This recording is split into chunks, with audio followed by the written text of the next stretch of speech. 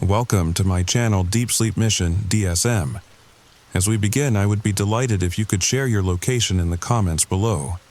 It's truly inspiring to witness how far this content travels and to connect with viewers from across the world. The first bobby pin appeared on a Tuesday morning, black metal against white porcelain, gleaming like a tiny question mark at the bottom of my bathroom sink. I picked it up between two fingers, turned it over, and tossed it in the trash without much thought. Must have been from the previous tenant. These old Brooklyn apartments, they hold on to things. But here's what should have made me pay attention. Here's what should have set off every alarm bell in my head. I'd been living in that third-floor walk-up for 6 months. 6 months of deep cleaning, of scrubbing every surface until my knuckles went raw, and I'd never found a single bobby pin before. Not one. If you're listening to this late at night, maybe you should check your bathroom sink right now, just to be sure.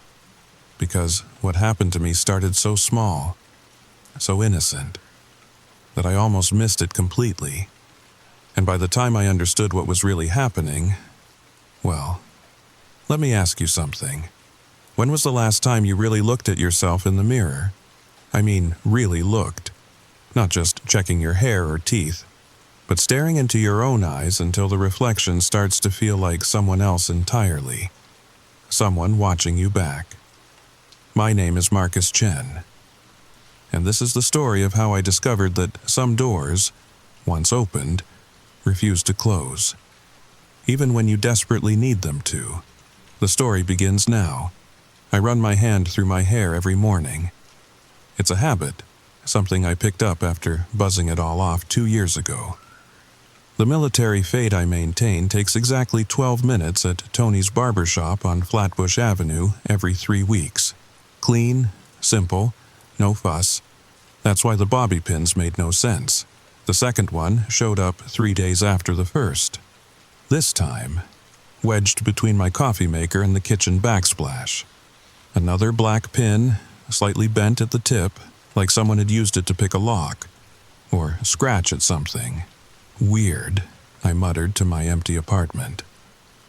Living alone makes you talk to yourself. It's either that, or let the silence press in too close. I should mention, I'm not the type to jump at shadows. Working night security at Brooklyn Methodist Hospital for 5 years, you learn the difference between real threats and imagined ones. The human brain loves patterns. Loves making connections where none exist. So, when I found the third bobby pin stuck in the couch cushions, I chalked it up to coincidence. Maybe the previous tenant had long hair. Maybe these pins had been working their way out of hidden crevices for months, like splinters pushing through skin. Buildings have memories too, don't they? But then came the morning I'll never forget. Thursday, 5:47 a.m. I know because I just hit snooze for the second time when I felt it. That peculiar sensation of something being wrong. You know that feeling? When the air in your own home suddenly feels foreign? I sat up, rubbed my eyes, and froze. 3 bobby pins, arranged in a perfect triangle on my nightstand, pointing at my bed. My windows were locked. Double-checked them before sleep like always. The deadbolt on my door, still engaged. I live alone. No roommates, no girlfriend, no one with a key except my landlord, Mr. Petrov, and he hadn't been by in weeks. I picked up the pins with shaking fingers. They were cold. Too cold. Like they'd been sitting in a freezer, not in my 70-degree apartment. That's when I noticed my reflection in the black TV screen across the room. My hair, my short, meticulously maintained hair, looked different. Fuller somehow, like it had grown an inch overnight. Impossible.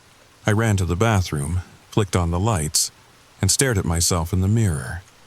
Same face, same stubble, same fade, but something was off.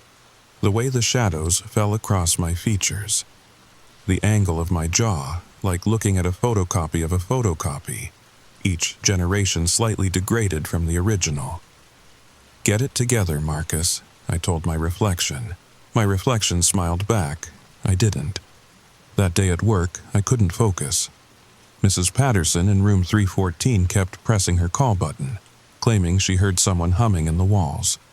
Usually, I'd chalk it up to medication side effects or the general disorientation that comes with being hospitalized. But after what I'd experienced that morning, I found myself listening too. And there it was, faint, almost inaudible beneath the constant hum of medical equipment. A melody that seemed to drift through the ventilation system, weaving between floors like smoke. "You hear that?" Mrs. Patterson asked when I checked on her for the third time. "Hear what, Mrs. Patterson?" "The singing. It's beautiful, but so sad." Her eyes were clearer than I'd seen them in weeks. "Reminds me of my grandmother. She used to braid my hair while humming that same tune." I spent my lunch break in the hospital's basement, following the sound through corridors that hadn't seen visitors in decades.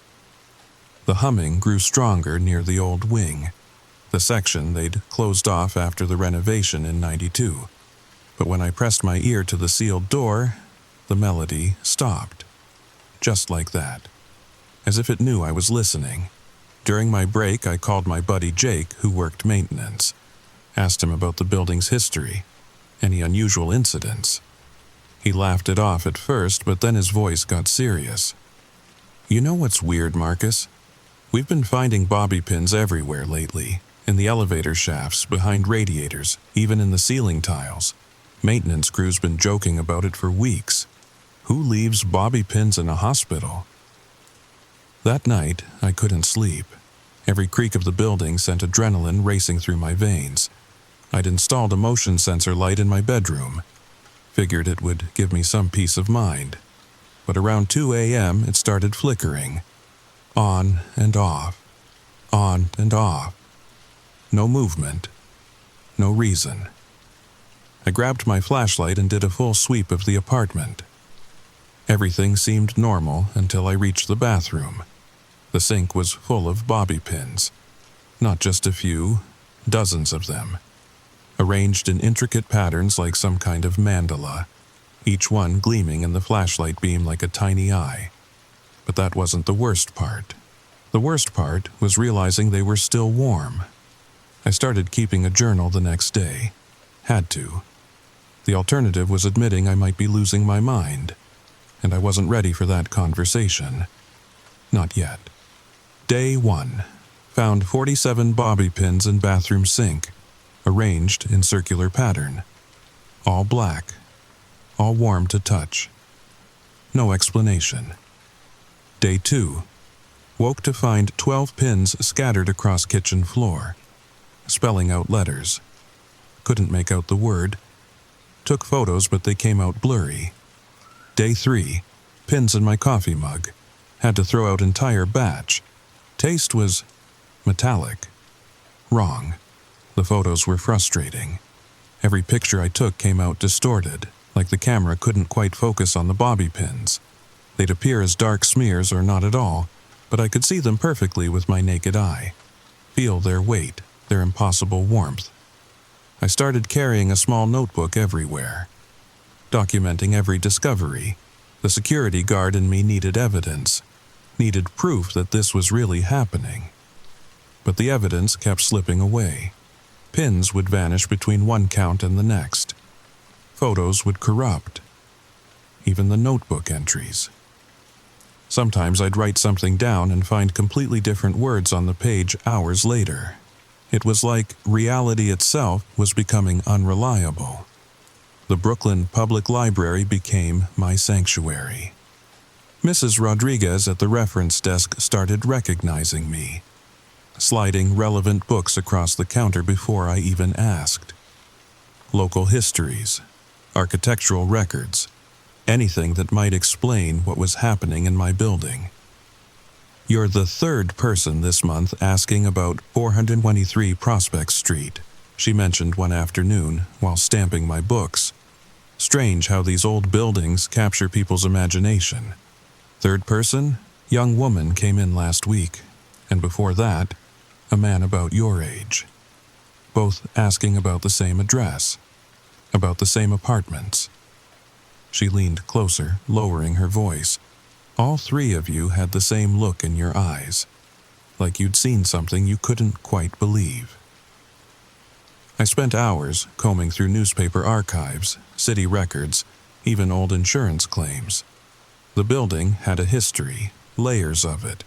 Built in 1923 as luxury apartments, converted to boarding houses during the Depression, renovated again in the 80s, each era leaving its mark, its stories.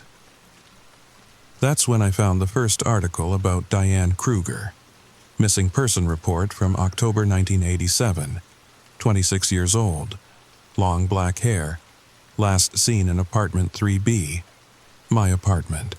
But there were others, earlier disappearances, a pattern stretching back decades. Women, mostly, all with long hair, all vanishing without explanation from the same building. The newspaper clippings were yellowed and brittle, but the details were consistent. Bobby pins found at each scene. Drains clogged with hair. Mirrors that reflected things that weren't there. I photocopied everything. Built a timeline. Tried to understand the pattern. But understanding and accepting are different things entirely. Sleep became complicated after that, not just because of the bobby pins, though they continued appearing with increasing frequency. It was the dreams, vivid, unnaturally clear, like memories that didn't belong to me. I dreamed of brushing long hair. Hair so long it puddled on the floor around my feet. The brush moved in steady strokes, 100 times, just like my mother used to do when I was small. But this wasn't my mother's touch. These weren't my mother's hands. In the dream, I could see myself in a mirror. But it wasn't my face looking back.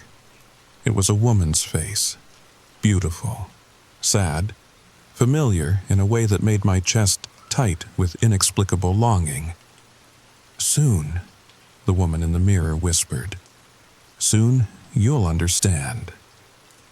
I woke up with my hand pressed against my scalp. My hair, my impossibly short hair, felt different, thicker, like it was trying to grow beneath my palm, and scattered across my pillow were 17 bobby pins. All of them cold this time, cold as winter metal. That's when I bought the camera. The security camera was a small thing, designed for pet monitoring. I positioned it to cover my bedroom. Figured I'd finally get some answers.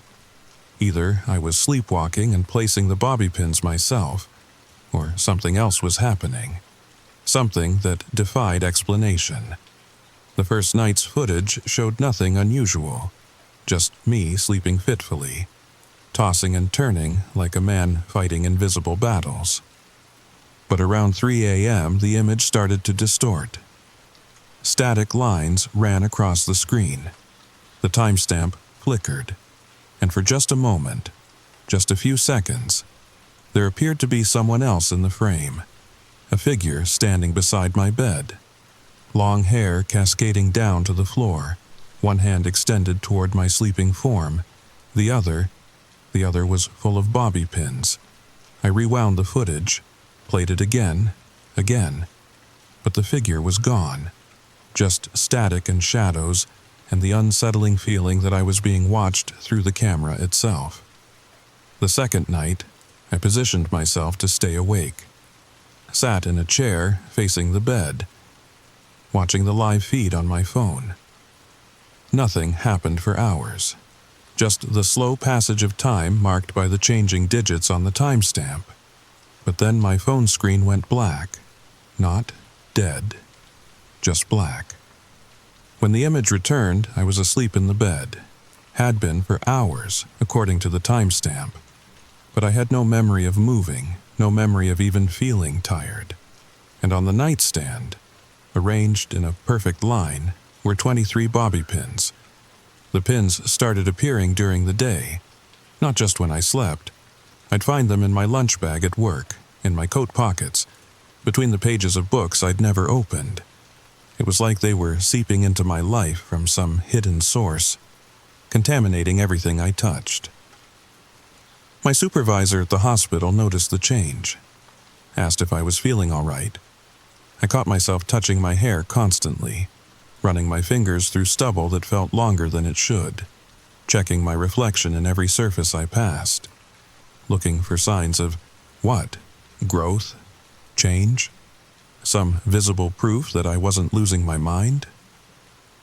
"You seem distracted lately, Marcus," Dr. Patel mentioned during rounds. "Everything okay at home? How do you explain that your apartment is slowly filling with bobby pins? That you dream of brushing hair you don't have? That your reflection sometimes moves independently of your body?" "Just tired," I said. "Haven't been sleeping well. Maybe take a few days off, rest up. These double shifts are brutal." But home wasn't restful anymore. Home was becoming something else entirely. The bobby pins multiplied exponentially. I'd wake to find them everywhere, in my cereal box, between book pages, sewn into the lining of my jacket. They clinked when I walked, fell from my pockets like breadcrumbs marking a trail I never meant to follow. I started carrying a small magnet, figured if I could collect them, concentrate them in one place, maybe I could understand what was happening. But the magnet didn't work. The bobby pins weren't attracted to it. They moved according to different laws entirely. It was Maya who first noticed something was wrong. My sister called on a Sunday afternoon while I was staring at a pile of bobby pins I'd arranged on my coffee table, trying to decode their pattern, their purpose. "Marcus, you sound different." "Different how?" "Your voice, it's softer. Are you sick?" I touched my throat. It felt normal, sounded normal to me, but Maya knew my voice better than anyone. We'd talked every Sunday for 5 years. She would notice changes I couldn't. "I'm fine," I said, but the words felt strange in my mouth, like they belonged to someone else. "Are you sure? You've been acting weird lately, not returning calls, missing family events. Mom's worried." "Mom." I'd forgotten about Mom's birthday last week, forgotten to call, forgotten that the world existed outside my apartment, outside the bobby pins and dreams and impossible transformations. After Maya hung up, I stood in front of my bathroom mirror for an hour, studying my face, looking for changes. My features seemed fluid somehow, like looking at myself through water. The harder I stared, the more unfamiliar I became. That night, I dreamed of braiding again.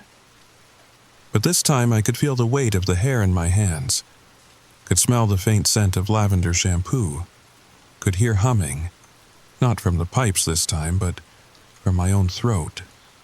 The melody was beautiful, haunting, like a lullaby from another century. I woke up humming it. The breakthrough came on a Tuesday. I'd been documenting everything for 3 weeks, filling notebook after notebook with observations, theories, desperate attempts to understand what was happening to me.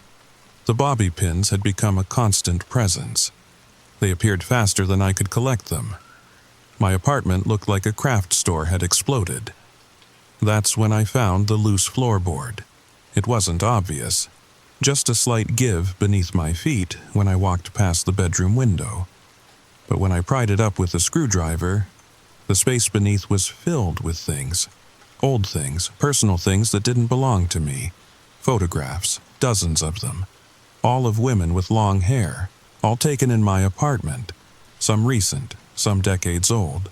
All of them showed the same progression, normal pictures at first. Then gradual changes, hair growing longer, features softening, smiles becoming more feminine, more familiar. At the bottom of the pile was a mirror. Antique, heavy, its silver backing spotted with age. When I held it up, my reflection looked wrong. Not just different. Wrong. Like the mirror was showing me someone else entirely. Someone with long dark hair. Someone who looked exactly like the woman in the photographs. The journal was wrapped in cloth, bound with ribbons that might have once been white but had yellowed with age. The handwriting inside was feminine, delicate. But the words, Day 1, found the first bobby pin today. James thinks I'm being silly, but I know it wasn't there before. Buildings don't just grow hair accessories. Day 15, the dreams are getting stronger. I see myself with longer hair, feel phantom weight on my shoulders. Sometimes I wake up and my reflection looks like someone else. Day 32, James left. Said I was becoming someone he didn't recognize. Maybe he's right. Maybe I am. Day 50, the hair is growing. Not just longer, different. Like it belongs to someone else, someone who lived here before me. Day 67, I understand now. This isn't about me. It's about her. About all of them. We're not disappearing. We're becoming part of something larger. Something that's been waiting in these walls for decades. The journal went on for pages, months of entries, each one charting the same transformation I was experiencing, the same dreams, the same impossible changes, the same gradual surrender to something that had been waiting in apartment 3B for far longer than any of us realized. The final entry was dated just a week ago. Day 89. My name is Sarah Chen. I moved into apartment 3B 3 months ago. I keep finding bobby pins, even though I have short hair. The dreams are getting stronger. I can feel her in the walls, in the mirrors, in the drain. She's waiting for me to understand, to accept what I'm becoming. I think I finally do. Sarah Chen, not Marcus Chen. Sarah. I dropped the journal, ran to the bathroom, stared at my reflection in the mirror above the sink. The face looking back was mine, but softer, more feminine. The jawline had changed, the cheekbones, the eyes, and the hair. God, the hair. It had grown past my shoulders while I wasn't paying attention, dark and thick and beautiful. Just like in the photographs, just like Diane's. Sleep became complicated after that morning. Every creak of the old building made me bolt upright. Every shadow seemed to writhe with potential threat. But exhaustion is a powerful force, and after 3 nights of vigilance, I finally crashed hard. I woke to find 17 bobby pins scattered across my pillow. 17. I counted them twice, 3 times, and arranged them in a line on my kitchen counter like evidence at a crime scene. Some were bent, some pristine, all of them black, all of them impossibly cold to the touch. That's when I started the journal. Had to document this. Had to prove to myself I wasn't losing it. Each entry began the same way. Date, time, number of pins found, location. The pattern emerged within a week. The pins appeared only when I slept, only in places I'd been recently, as if something was following my movements through the apartment, tracking me. I installed a camera, one of those smart home devices that sends alerts to your phone, positioned it to cover my bedroom door, started reviewing footage obsessively. But here's the thing about surveillance, it only works if there's something to see. The footage showed nothing. Hours of darkness punctuated by the occasional shift of my sleeping form. No intruders, no movement. Just me, alone, tossing and turning while bobby pins materialized around me like iron filings drawn to a magnet. I called my sister in Portland. Needed to hear a familiar voice. Needed someone to tell me I was being ridiculous. Maybe you're sleepwalking, Maya suggested through the phone static. Stress from work? You've been pulling those double shifts again. I don't own bobby pins, Maya. Where would I even get them? CVS, Duane Reade? They're not exactly rare. She was right, of course. But that didn't explain the cold. Didn't explain why they only appeared when I slept. Didn't explain the dreams. Oh, I haven't mentioned the dreams yet, have I? They started subtle, just fragments, really. Glimpses of long hair in my peripheral vision. The sensation of fingers running through strands that shouldn't exist. I'd wake up with my hand at the back of my head, grasping at nothing. Phantom pressure against my scalp like a ponytail pulled too tight. One night, I dreamed of braiding, my fingers moving in practiced patterns, over and under, creating intricate designs I'd never learned. The hair in the dream was mine, but longer, so much longer, cascading past my shoulders, past my waist, a waterfall of black that seemed to have no end. I woke up with my fingers tangled in my sheets, twisted into the exact pattern of a French braid, and scattered around my hands, like offerings at an altar, were 23 bobby pins. That's when I started sleeping with the lights on. The deeper I dug into the building's history, the more disturbing the pattern became. 423 Prospect Street had been home to dozens of disappearances over the decades. Not just women, I discovered. Men, too. But always from apartment 3B, always preceded by the same strange occurrences. Bobby pins appearing without explanation. Hair growing at impossible rates. Mirrors reflecting things that weren't there. And always the humming from the pipes. Mrs. Rodriguez at the library started saving articles for me. Newspaper clippings, police reports, missing person flyers. She'd pile them on my usual table each morning, a stack of other people's tragedies that felt increasingly like my own story. "You know," she said one afternoon, "I've been thinking about what you're researching, about that building. My grandmother used to clean houses in that neighborhood back in the 40s. She had stories about that place, said it was hungry. Hungry? For people. For their essence, I guess. She said some buildings get a taste for human presence. They start wanting more than just shelter. They want to keep you." I laughed it off, had to. The alternative was accepting that I was living in a building that somehow consumed its tenants. That the bobby pins and dreams and impossible transformations were just digestion.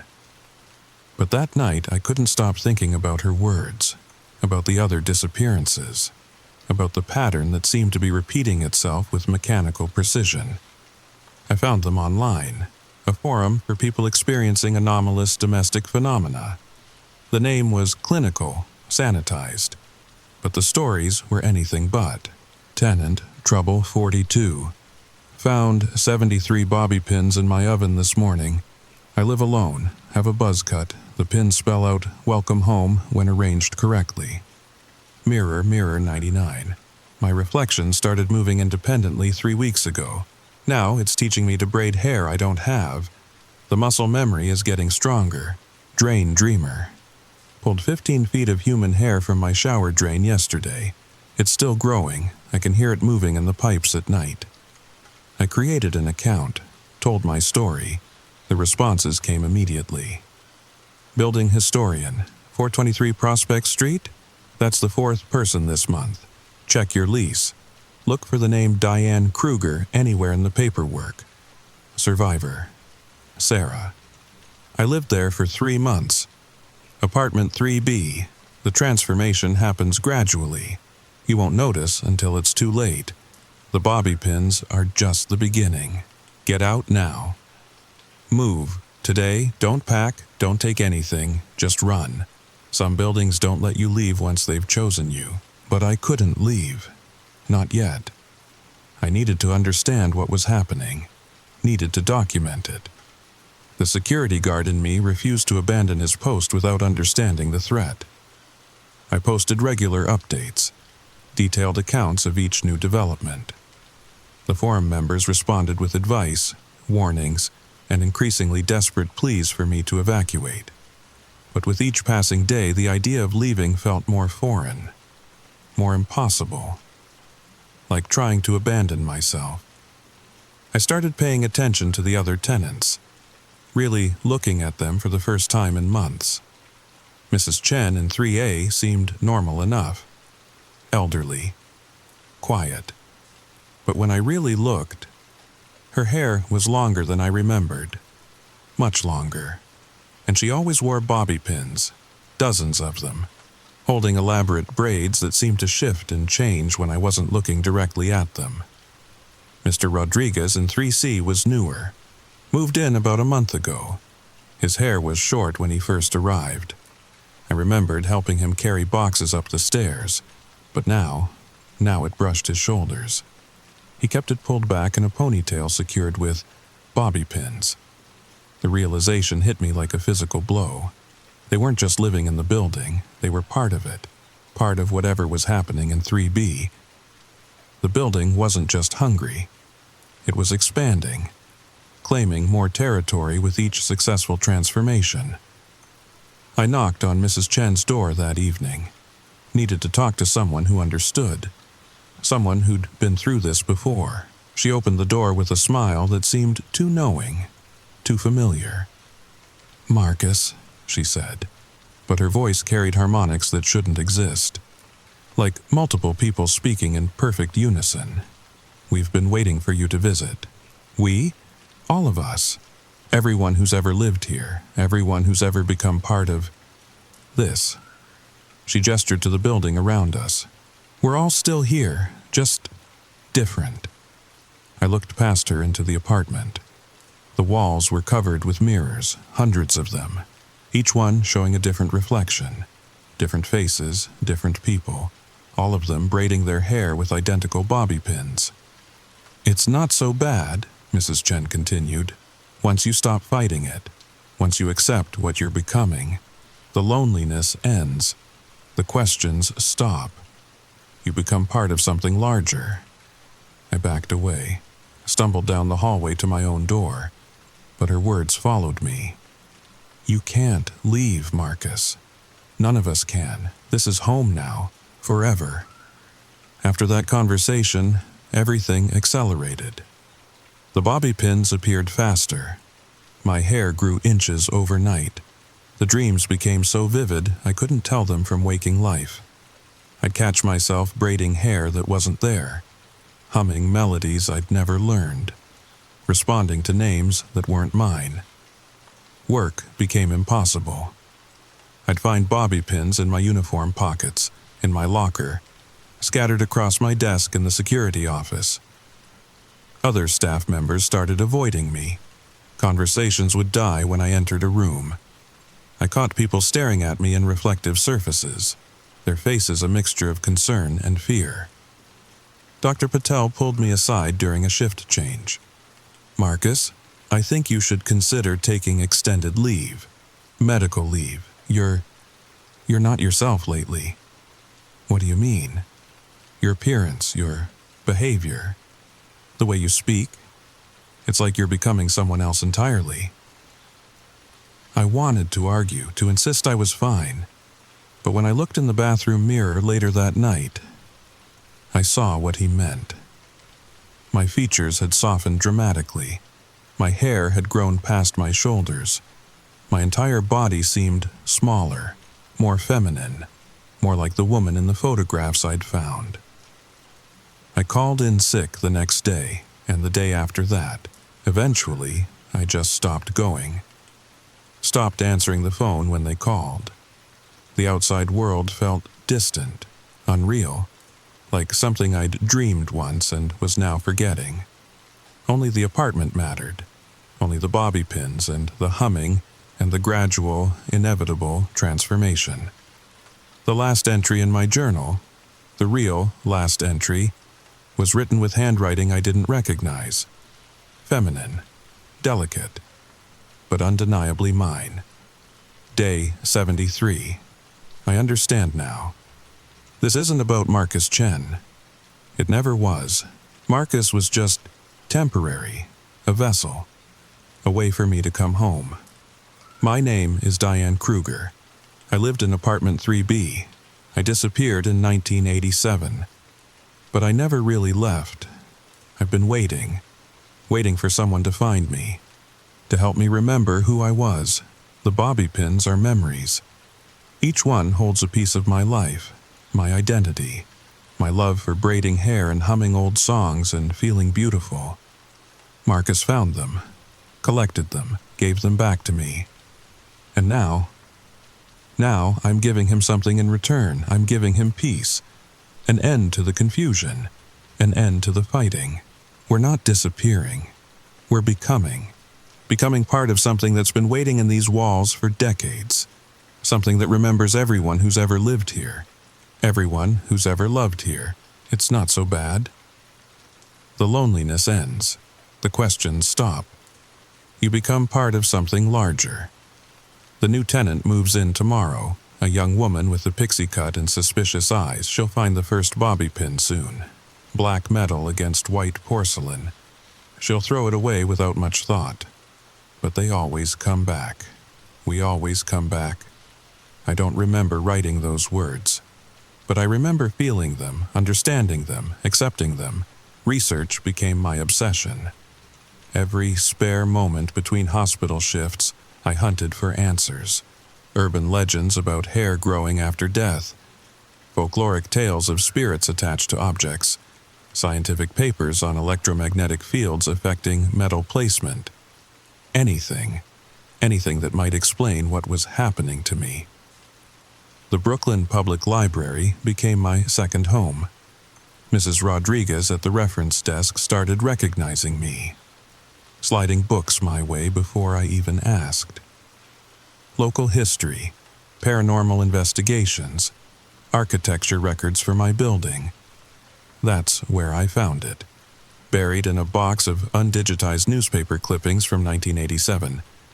A small article, barely 3 paragraphs, about a woman named Diane Kruger who'd lived in my building, my apartment.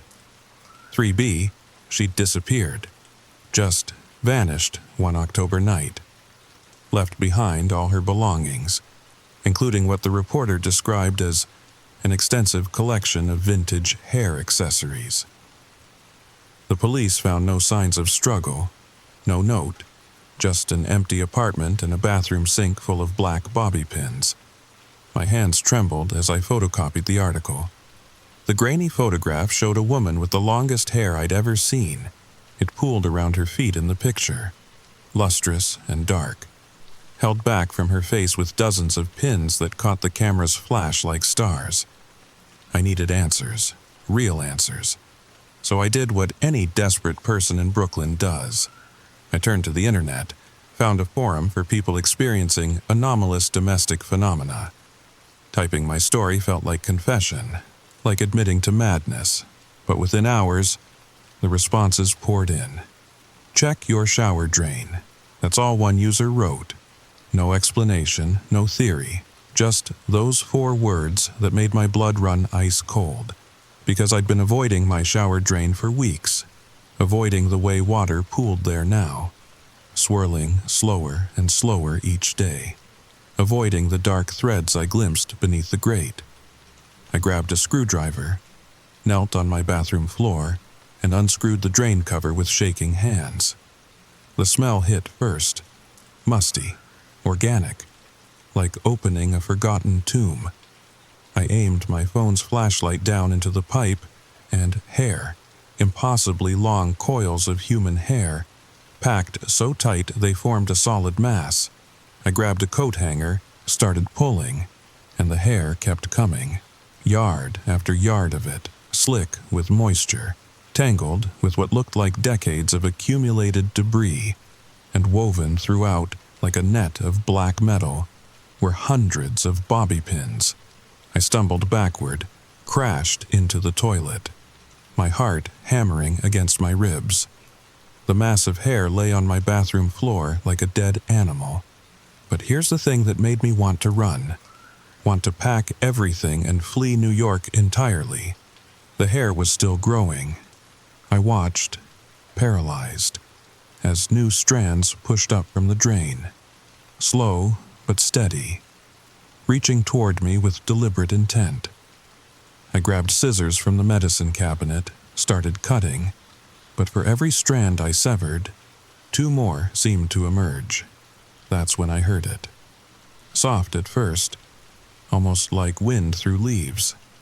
But as I listened, frozen there on my bathroom floor, the sound resolved into something far worse. Humming.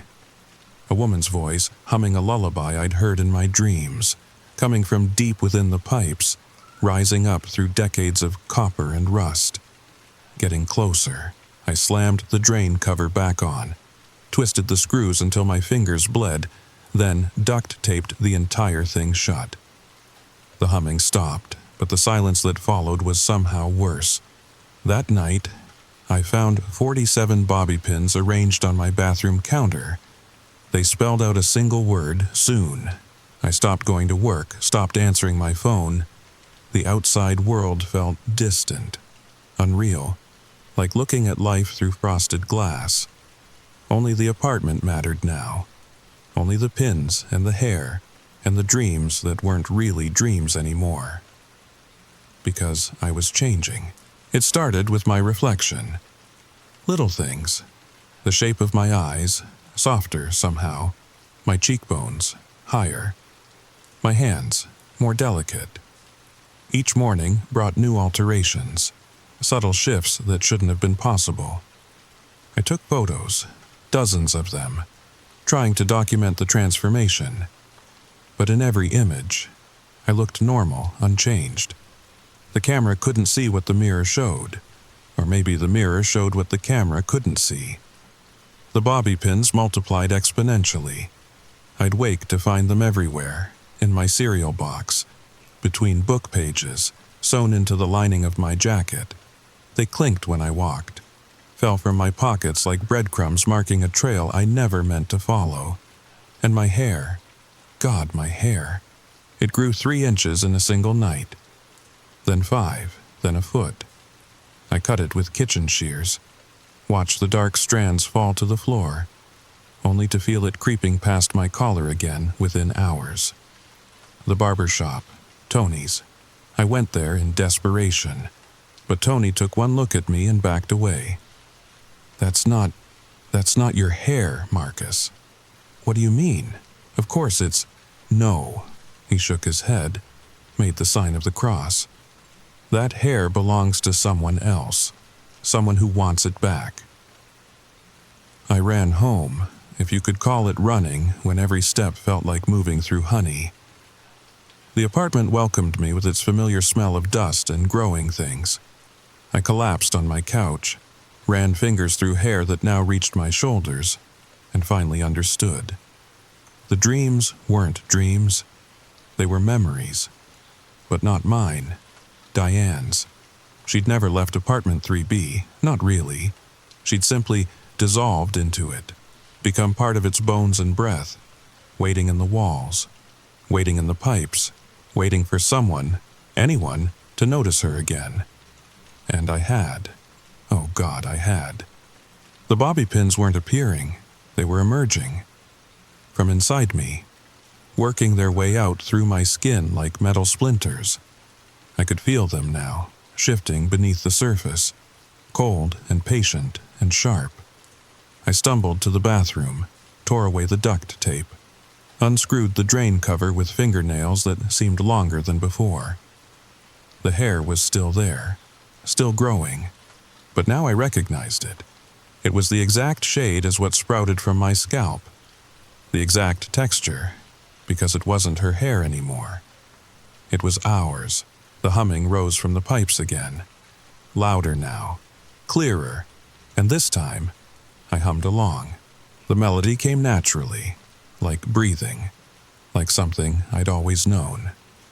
My reflection in the mirror smiled, a woman's smile on a face that still looked mostly like mine. "Almost ready," my reflection whispered with lips that moved independently of my own. "Almost home."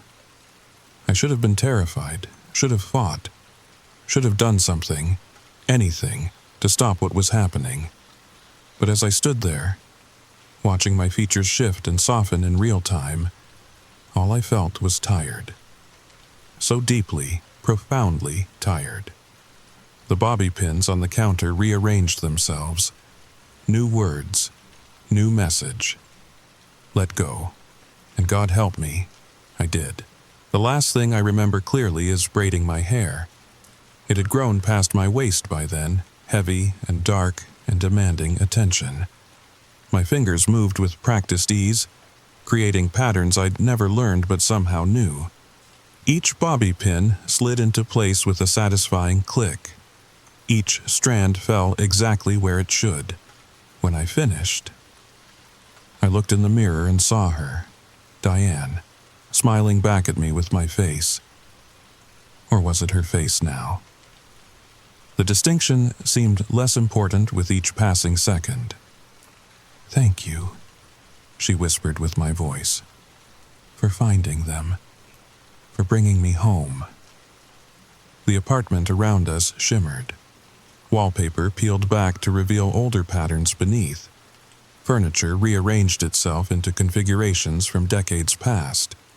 Time folded in on itself like origami, past and present existing simultaneously in a space that belonged to neither, or both. But the transformation wasn't complete. Not yet. There were still pieces missing. Still fragments of identity scattered throughout the building like seeds waiting to sprout. I found myself moving through the apartment differently now. Not walking, flowing, like water finding its level.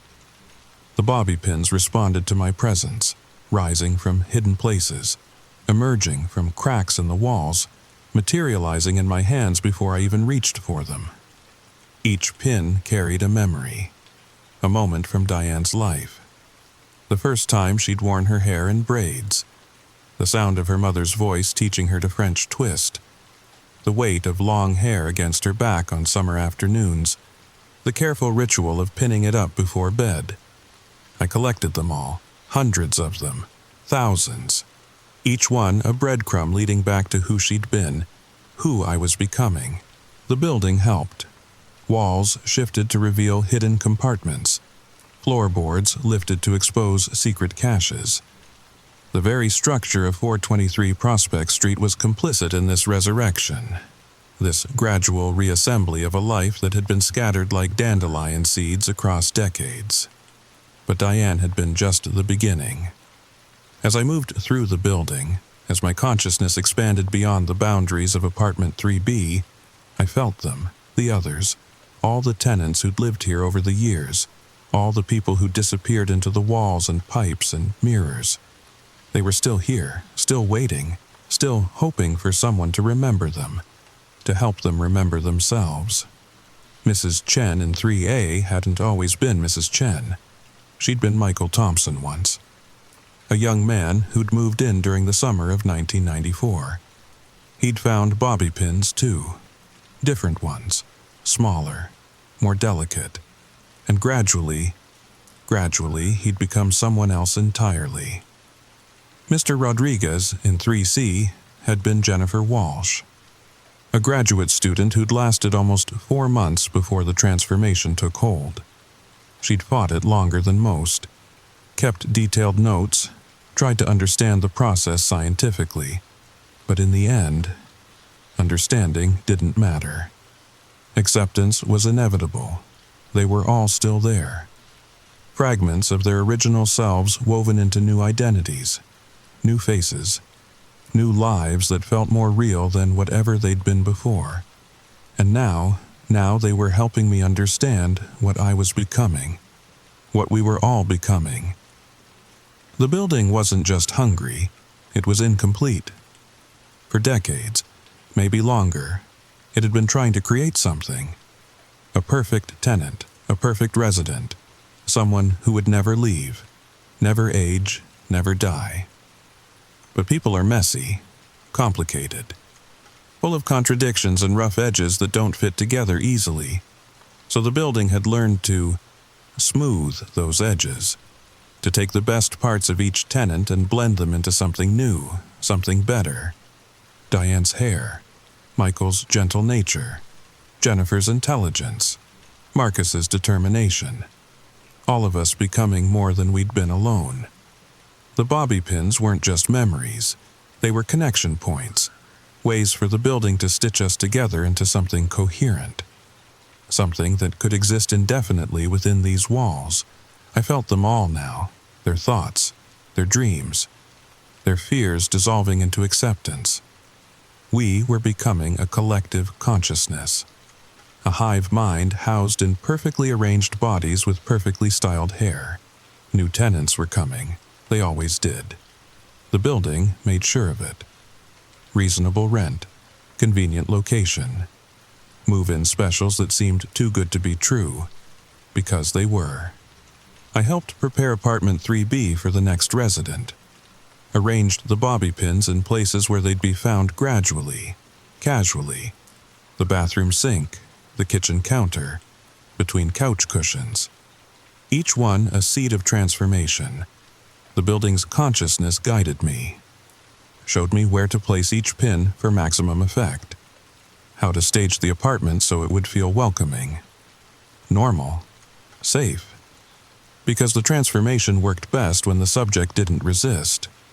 When they accepted the changes as natural, inevitable, even desirable. I practiced the humming, the melody that would drift through the pipes late at night.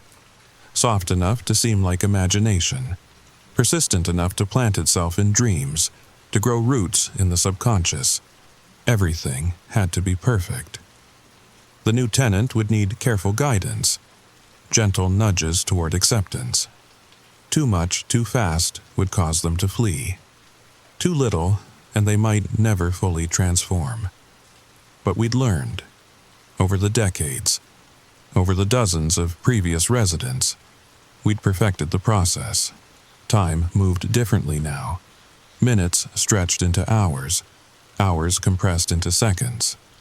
The building's rhythm became my rhythm. Its needs became my needs. I found myself moving through other apartments, checking on Mrs. Chen, visiting Mr. Rodriguez, making sure they were maintaining their roles, their facades, the illusion of normalcy that kept the building running smoothly. We were all connected now, all part of the same consciousness. But we maintained our individual appearances, our separate apartments, our distinct personalities, because variety was important. Diversity of experience made us stronger. The bobby pins circulated between us, sharing memories, sharing skills, sharing the accumulated wisdom of everyone who'd ever lived here, ever become part of us. I learned to braid hair in 17 different styles, to speak 5 languages, to play piano with fingers that had never touched keys. Each pin carried new abilities, new perspectives, new pieces of the puzzle we were constantly assembling. She arrived on a Tuesday, just like I had, just like most of them did. The building had subtle ways of influencing timing, of ensuring the right people found their way here at the right moment. Her name was Jessica. Short blonde hair, practical clothes, suspicious eyes that reminded me of someone I used to be. She carried herself like someone who'd learned not to trust easy answers. Perfect. I watched from my window as she moved boxes up the stairs, noted the way she checked the locks twice, the way she positioned her furniture to keep clear sight lines to all exits. Someone who'd learned to be careful, but careful wasn't enough. Not here, not with us. The first bobby pin would appear within days, black metal against white porcelain. She'd throw it away without much thought, but it would return, they always did, and gradually, she'd begin to change, to become part of something larger, something that had been waiting in these walls for decades, something that was always hungry for more. I'm still here, I think, somewhere beneath the hair and pins and memories that aren't mine. Sometimes, late at night, I catch glimpses of my old face in reflective surfaces, always surprised, always fading, like a dream upon waking. But it doesn't matter anymore. The person I was, Marcus Chen, he was just temporary, a vessel, a way for something much older and more complex to express itself. The building remembers everyone who's ever lived here, everyone who's ever loved here, everyone who's ever become part of its infinite patient hunger. We are all still here, all still waiting, all still growing. The bobby pins multiply, the hair grows. The dreams spread from apartment to apartment like a beautiful contagion, and somewhere in apartment 3B, a young woman with suspicious eyes is about to find her first bobby pin. The cycle continues. It always continues. Because some things are too deeply woven into a place to ever truly leave. Some presences sink into the very foundations, becoming part of what makes a space what it is. And sometimes, just sometimes, they're looking for company. So let me ask you again. When was the last time you really looked at yourself in the mirror? When was the last time you counted the bobby pins in your home? When was the last time you noticed your hair growing just a little too fast? Check your drain. Check it tonight. We're waiting. If this story kept you up, if you're checking your bathroom sink right now, leave a comment below. Tell me about the bobby pins you found. Tell me about the dreams you've been having. And please, subscribe and hit that notification bell, because there are more stories like this. More warnings disguised as entertainment. More truths hidden in the static. And remember, it always starts small. A single pin, a strand of hair, a reflection that smiles when you don't. But it never ends small. It never ends at all. Sleep tight. Story number 2. The sound of bulldozers at 3 a.m. isn't normal. Not in Millbrook, Colorado, not on a Tuesday, and definitely not when they're tearing down a playground that was just built 6 months ago. I still have the splinters in my palm from climbing that yellow slide one last time. They throb now, deep under the skin. Deeper than splinters should go, but I'm getting ahead of myself. If you're listening to this in bed right now, maybe check your window. See if there's construction happening on your street that wasn't announced. See if there are men in hard hats who won't look you in the eye. Because what happened in our neighborhood, it's spreading. And once you know what to look for, you can't unsee it. But first, let me ask you something. When was the last time you really looked at a playground? I mean, really looked, not just glanced at the swings and slides, but studied the shadows underneath the equipment. Noticed which spots the grass won't grow. Counted how many birds avoid flying directly overhead.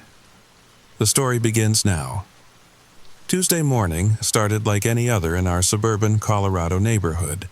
Coffee brewing. Neighbor's dog barking. My daughter Emma bouncing on my bed at 6:47 a.m. "Daddy, can we go to the new playground today, please?" The playground. Millbrook Community Park had just unveiled it in April. State-of-the-art equipment. That recycled rubber surface that's supposed to be safer than wood chips. 3 different jungle gyms for different age groups. The whole neighborhood had fundraised for 2 years to get it built. "After school, sweetheart," I mumbled into my pillow. Single dad life meant every morning was a negotiation. Emma huffed but accepted the deal. She was 7, still young enough that playgrounds were magical kingdoms. Still innocent enough that she didn't notice things. Wrong things. I noticed them, though. Started about 3 weeks after the grand opening. First, it was the grass. Perfect Kentucky bluegrass everywhere in the park, except for a rough circle about 15 feet from the main jungle gym. Not dead exactly, just different. Darker. Growing in the wrong direction like it was trying to escape something underground. I'd worked in landscaping during college. Knew grass. This wasn't natural stress. The blades grew in a spiral pattern, all leaning away from that central point, like iron filings repelling a magnet buried in the earth. Then the birds. Millbrook sits on a migration path. We usually have clouds of sparrows and finches, but they'd fly around the playground. Perfect aerial detours. Never landing on the equipment, never pecking at crumbs kids dropped. My neighbor Gary kept racing pigeons. 40 years of experience. I asked him about it one afternoon while Emma played. Never seen anything like it, he said, watching his birds circle high above. Look at that, he pointed. See how they bank hard at the property line, like hitting an invisible wall. Maybe it's the new material they used, I suggested. Some chemical birds don't like? Gary shook his head. I've seen birds land on toxic waste. They're not picky. This is different. This is... He paused, searching for words. Instinct, genetic memory, like they know something we don't. I mentioned it to other parents. Got shrugs. Got, you worry too much, David. Got, must be the new material they used. But kids know. Emma started asking to go to the old park across town. Her friends did too. Little excuses. The swings are squeaky. The slide is too hot. It smells funny. It did smell funny. Like copper pennies left in the rain. Like something metallic trying to pretend it was wood and plastic. But underneath that, when the wind was just right, something else. Sweet, organic, like overripe fruit in a dark basement. 3 weeks before everything went wrong, I started documenting it. Photos on my phone, the grass patterns, the bird flights. Even bought a cheap air quality meter off Amazon. The readings were normal everywhere in the park, except near the playground. There, the meter would spike randomly. Not dangerous levels, just different. Like the air itself was confused. Then there were the dreams. Started with Emma. She'd wake up talking about the kids under the slide. Said they wanted to play, but couldn't come up yet. I figured it was just imagination. Kids have weird dreams. But then I started having them too. Standing at the playground at night. Alone. The equipment glowing softly in moonlight. And underneath, whispers. Children's voices. Not scared, not crying, laughing. But the laughter was wrong. Too many voices, too synchronized. Like a choir that had practiced for centuries. The Tuesday it all went wrong started with Emma on my bed. Ended with bulldozers. But the middle is why I'm recording this. Why you need to know. Why you need to check your own neighborhood playground tomorrow. Sorry, my hands are shaking. The splinters are throbbing again. Let me back up. That morning, after Emma caught the school bus, I worked from home like usual. Freelance graphic design. Quiet life. Until my neighbor, Mrs. Chen, knocked on my door around 10 a.m. Mrs. Chen had never knocked. In 5 years, she'd never come to my door. We waved, we smiled. We kept suburban distance. So when I saw her through the peephole, wringing her hands, I knew something was very wrong. David, did you see the Miller boy yesterday? The Millers lived 3 houses down. Their son Tyler was 8. Loved that new playground more than any kid in the neighborhood. Always there. Even after the other kids started avoiding it. No, why? Mrs. Chen's face did that thing faces do when they're trying not to show worry.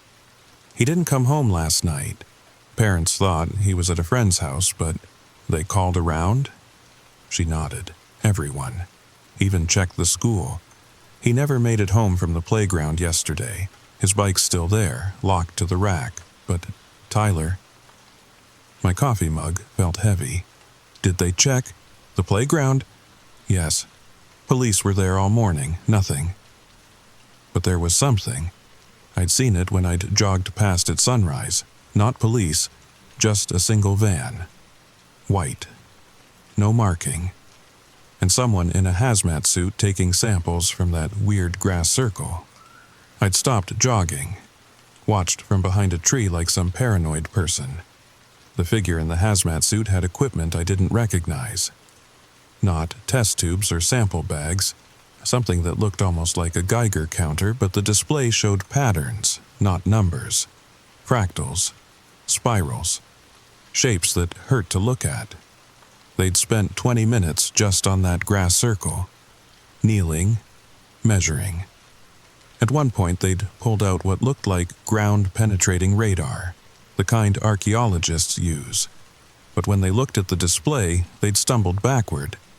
Actually stumbled, like something had pushed them. I didn't tell Mrs. Chen that. Didn't want to add to worries. But after she left, I couldn't focus on work, kept thinking about Tyler. Hyperactive kid. Always climbing things he shouldn't. Always testing boundaries. Always playing alone at the playground after dinner when other kids had gone home. I pulled up my photos from the past weeks. Looked at them in sequence. The grass circle was growing, slowly, maybe an inch a week, but growing. And the pattern was changing. What started as a rough circle was becoming more complex. Geometric. Almost like a door. By lunch, I decided to walk over. Just to look. Just to ease my mind. The park was empty. Middle of the day, perfect weather, and not a soul. The playground equipment sat there like a sleeping monster. All primary colors and friendly shapes, but wrong. Everything about it was wrong. The metal gleamed too bright. Even in cloud shadow, it reflected light that wasn't there. The plastic was too smooth. No scratches from shoes. No wear from hundreds of small hands. 6 months of heavy use, and it looked factory new. I walked closer. The rubber surface gave under my feet in a way that made my stomach turn. Too soft, like walking on something that was pretending to be ground. My footsteps made no sound. The rubber absorbed everything. Even my breathing seemed muted. That's when I saw them. The handprints. Tiny handprints pressed into the rubber near the spiral slide. Not indentations exactly, more like stains, dark brown against the blue surface, child-sized, leading from the slide to that circle of wrong grass. But here's what made my skin crawl. The handprints went both ways, some leading to the grass, some leading from it, like children had been going back and forth, playing some game. Following some pattern only they could see. I knelt down, touched one. Still damp somehow. Smelled like copper. Like, "Sir? You need to leave." I jumped. A man stood behind me. Suit, sunglasses, clipboard. He looked like every government agent from every movie, except his shoes were wrong. Thick rubber soles. The kind you wear in laboratories. And now that he was close, I could see his suit wasn't quite black. It shimmed, oil-slick iridescence, like it was designed to be forgotten the moment you looked away. The park is closed for maintenance. Please leave." "Since when? There's no sign." "Sir?" His voice had that quality that made you obey. Not threatening exactly, just inevitable. Like gravity, like entropy, like things that couldn't be argued with. But I'm stubborn. Always have been. "Is this about Tyler Miller?" Something flickered behind his sunglasses. "I don't know what you're referring to." "The missing boy, 8 years old, his parents. The park is closed, for maintenance." He stepped closer. I smelled his aftershave. No, not aftershave, formaldehyde, subtle but unmistakable. "You have a daughter, Mr. Conway. Emma, 7 years old. Catches the bus at 7:15, likes strawberry yogurt in her lunch." My blood turned to ice. Not a threat. Worse, a demonstration. "We know everything about you. We're watching. We're always watching." I left, but I watched from my kitchen window. Watched more vans arrive. Watched them set up a tent over the playground. Watched parents pick up their kids from school and get turned away by men in suits. The tent was wrong too. Military surplus, but modified. The fabric had a subtle pattern worked into it. Symbols, equations, things that made my eyes water if I looked too long. And the stakes they drove into the ground, they went deep, too deep, like they were anchoring against something pulling from below. Emma wasn't happy when I told her we couldn't go to the playground. "But you promised." "I know, sweetheart, it's closed. We'll go tomorrow." Tomorrow. If only I'd known there wouldn't be a tomorrow. Not for that playground, not for Tyler, not for... I made her favorite dinner. Mac and cheese with hot dogs cut up in it. Watched her do homework, normal evening, normal life, except for the vans across the street. Except for the tent that glowed from within with light that wasn't quite white. After Emma went to bed, I did something stupid. I got my camera, my good one. The DSLR with the telephoto lens I'd bought back when I thought I'd be a photographer. Sat at my darkened window. Waited. At 10:47, they brought something out of the tent. A container, metal, maybe 3 feet long, sealed. But the way they carried it, reverent, careful, like it held something precious, or dangerous, or both. I zoomed in, snapped photos. The container had markings. Not English, not any language I recognized. Symbols that seemed to shift even in still photographs. And a date. I could read that. 04/15/2024. The day the playground opened. No. The day before it opened. Like they'd been expecting this. Planning for it. Building for it. Sorry, need a moment. The splinters are moving. I can feel them moving. That evening, after Emma went to bed, I sat at my kitchen window. Watching. The tent glowed from inside. Work lights. Shadows moving. No one in the neighborhood talked about it. Strange how quickly we accept the abnormal when men in suits tell us it's maintenance. I'd set up my laptop next to me. Started researching. The playground construction company, Harmony Ventures LLC, incorporated just 8 months ago. No history, no other projects. Just our playground and, according to some deep digging, 12 others across the country. All built within the same 3-month window. All in suburban neighborhoods, all near schools. The company address led to an empty office in Delaware. The registered agent was a law firm that specialized in discreet corporate services. Every trail led nowhere, like the company had been designed to disappear. Around 9 p.m., Tom Pearson knocked. Tom lived directly across from the park. Retired Army. The kind of guy who noticed everything and said little. "You seeing this?" He held up his phone. The neighborhood Facebook group was exploding. Tyler Miller was still missing. 3 other kids had reported feeling sick after playing at the playground last week. Parents were panicking. But there was more. Sarah Walsh, mother of 2, had posted a video. Shaky phone footage from that afternoon. Her 5-year-old son at the playground 2 days ago. Playing normally. Then stopping.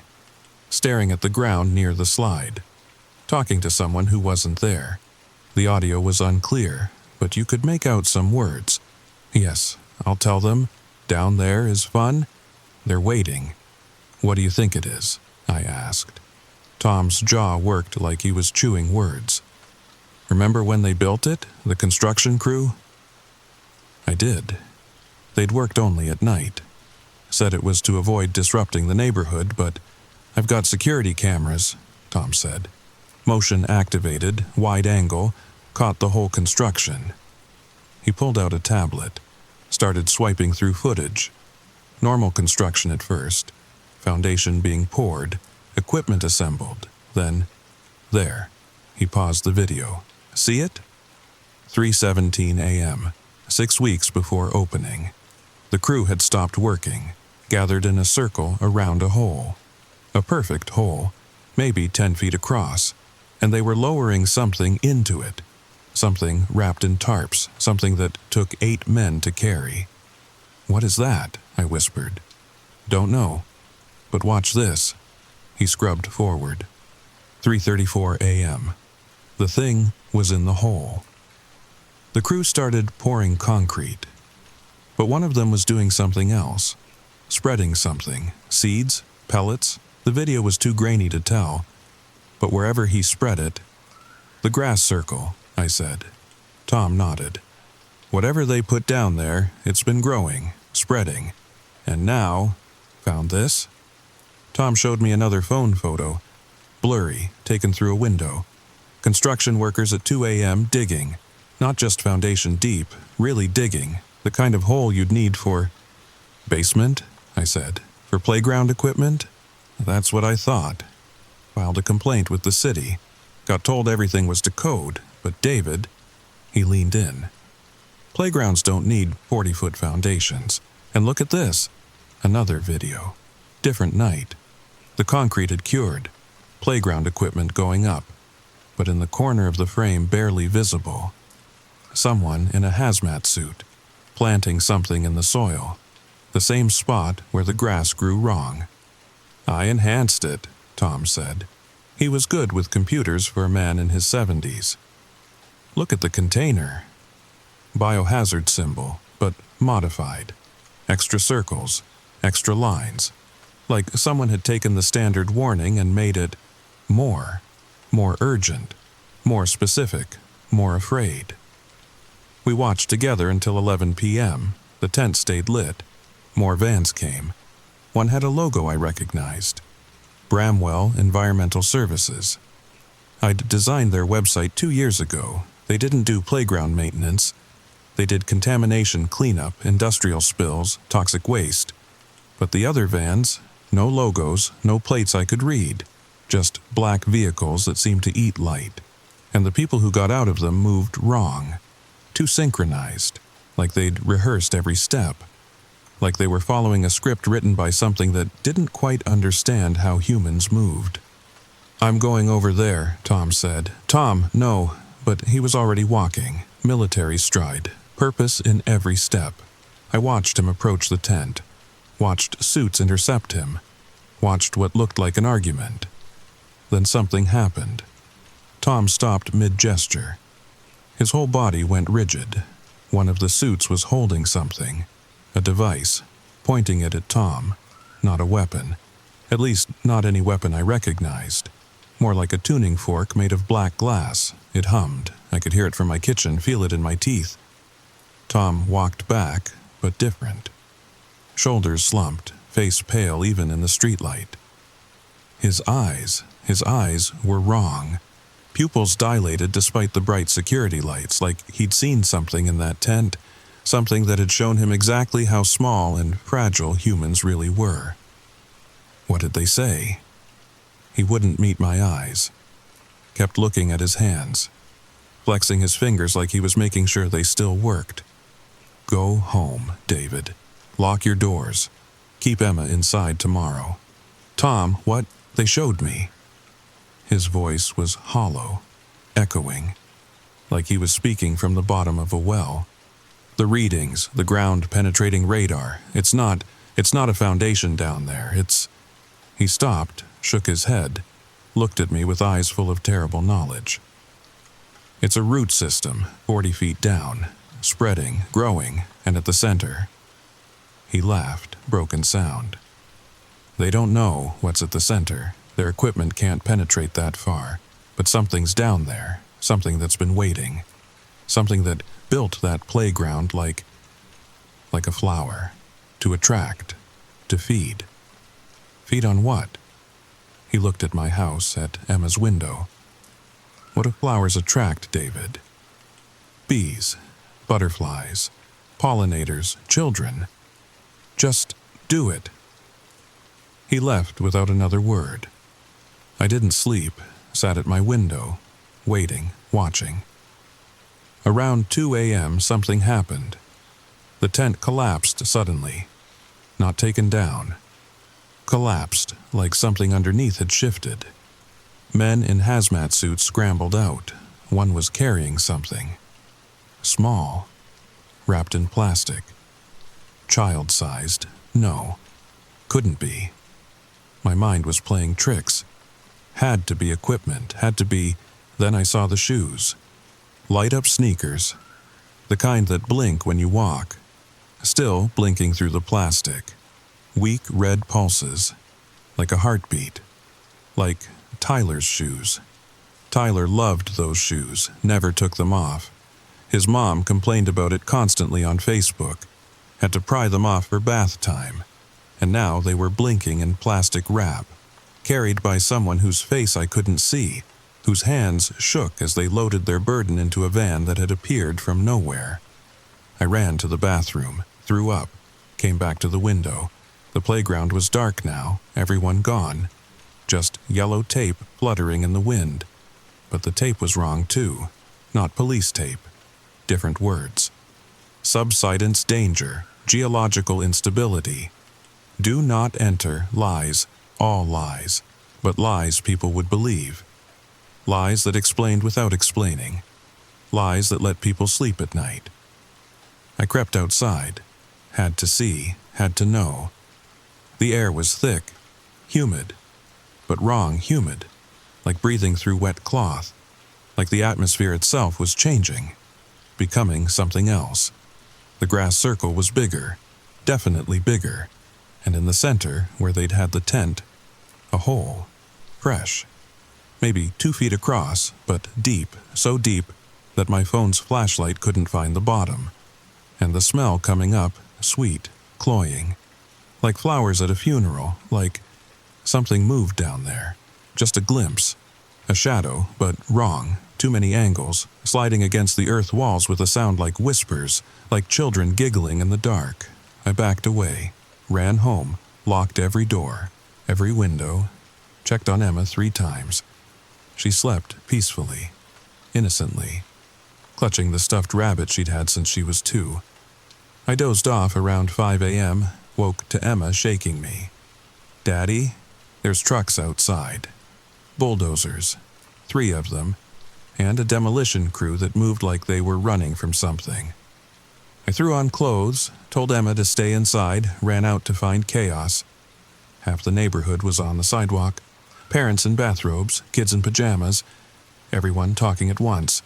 The demolition crew wasn't listening. They'd already knocked down the main jungle gym. The metal shrieked as it fell, but the shriek was wrong. Too organic, like the equipment itself was alive, like it was feeling pain. "Stop!" Mrs. Miller was screaming. "My son might be—" A suit stepped forward. Different from yesterday. Older. Tired eyes. The kind of eyes that had seen this before, in other towns, other playgrounds, other missing children. "Ma'am, I'm sorry. The structure is unsafe. We have geological reports." "I don't care about reports. Tyler is missing." The man's face did something complicated. Sympathy fighting with duty, fighting with fear. "Ma'am, we've searched. Thoroughly. Your son isn't here." But he was lying. We all knew it. The way he wouldn't look at her. The way the demolition crew worked faster when she screamed louder. The way they kept glancing at the ground like they expected it to open up. Mrs. Miller broke past the tape, ran toward the demolished equipment. 2 suits moved to stop her, but she was fast, desperate, a mother looking for her child. She reached the spot where the slide had been, fell to her knees, started digging with her bare hands. "Tyler! Tyler, baby, can you hear me?" That's when we all heard it. A sound. From underground. Faint, muffled, but unmistakable. Children singing. Not one child, many. Their voices blending, rising and falling in harmony. The melody was simple, like a nursery rhyme, but the words were wrong. Not English, not any language meant for human throats.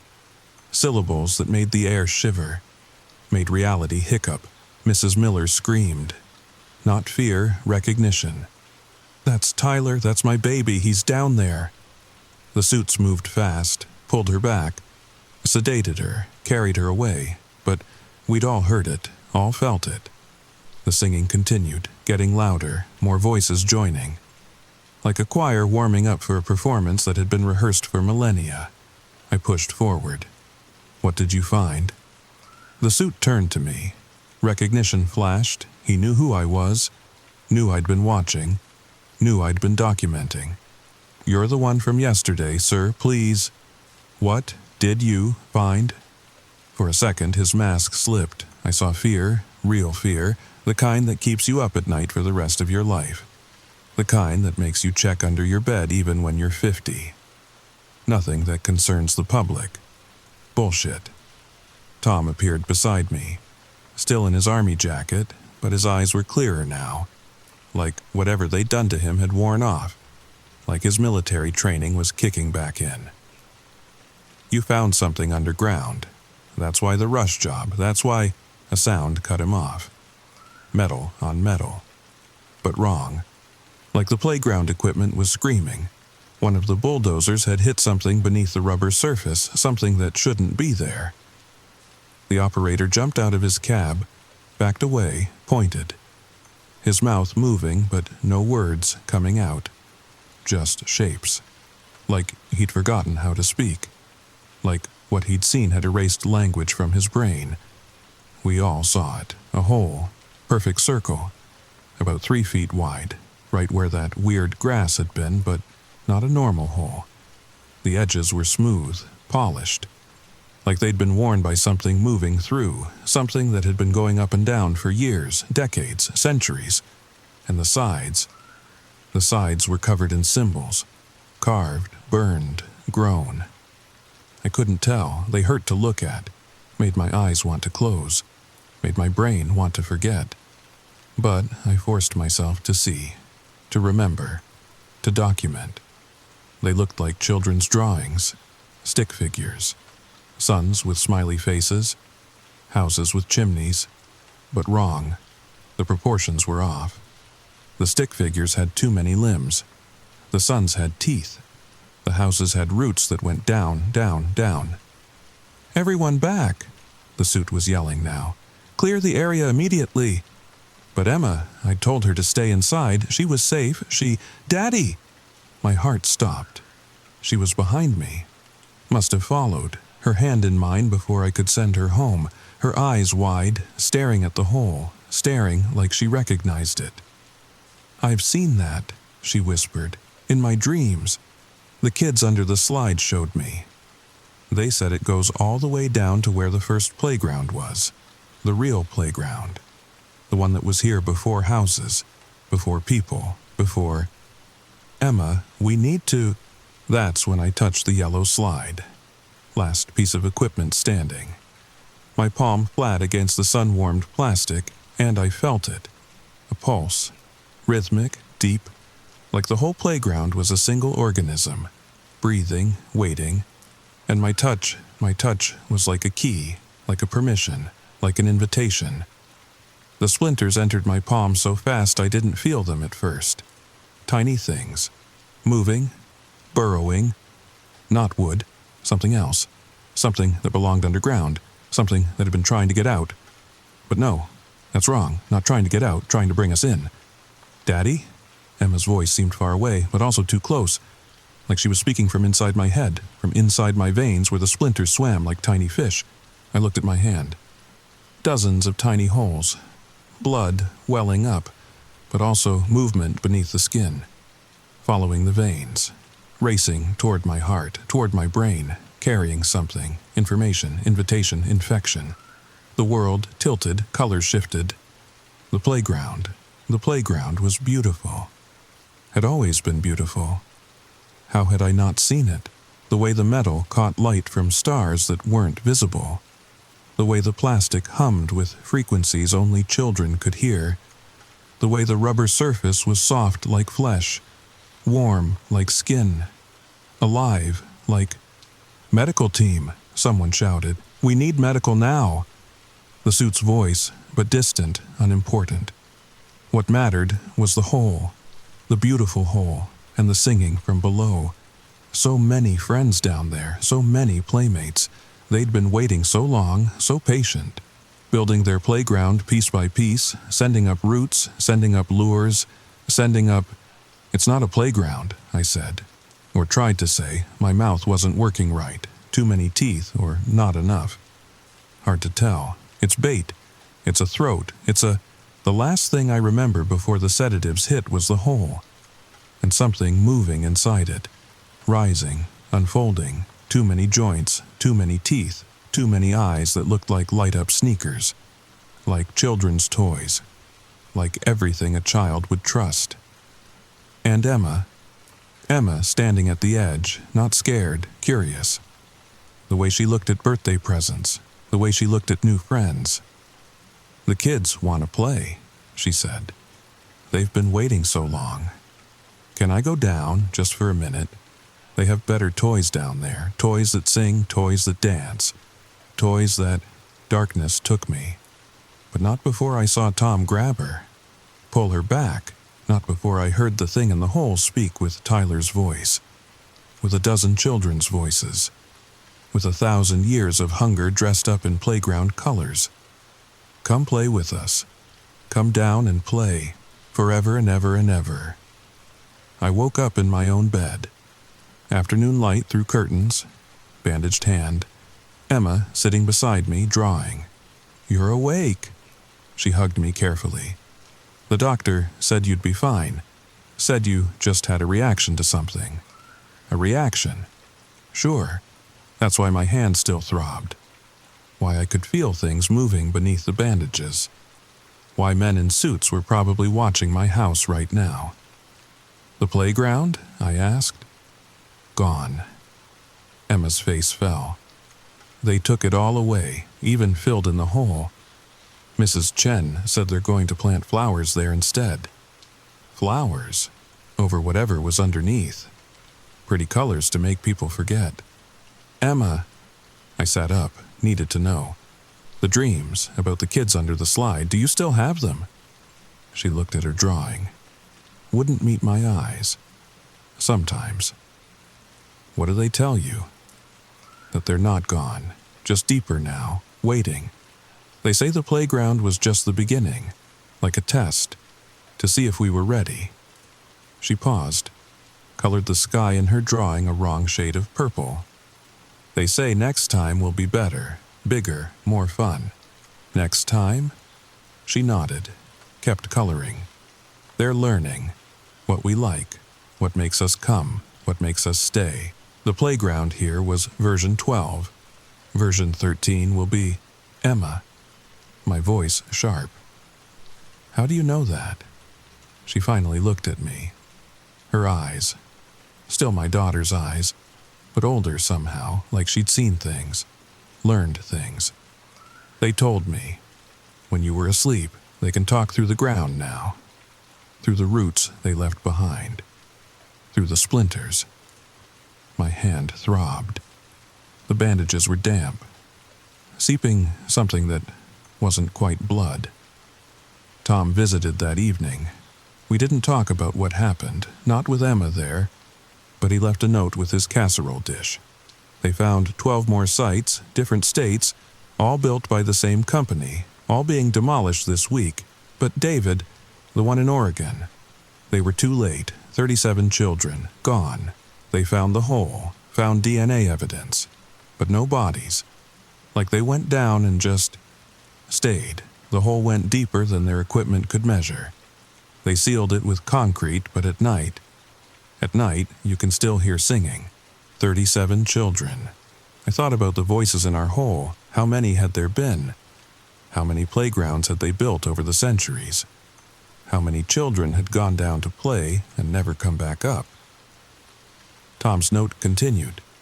"The suits told me something before they scrambled my brains. Said they found similar sites all over the world. Ancient ones. Painted caves where the stick figures have too many arms. Stone circles where children's teeth are embedded in the rocks. Pyramids with playground-shaped chambers at their hearts.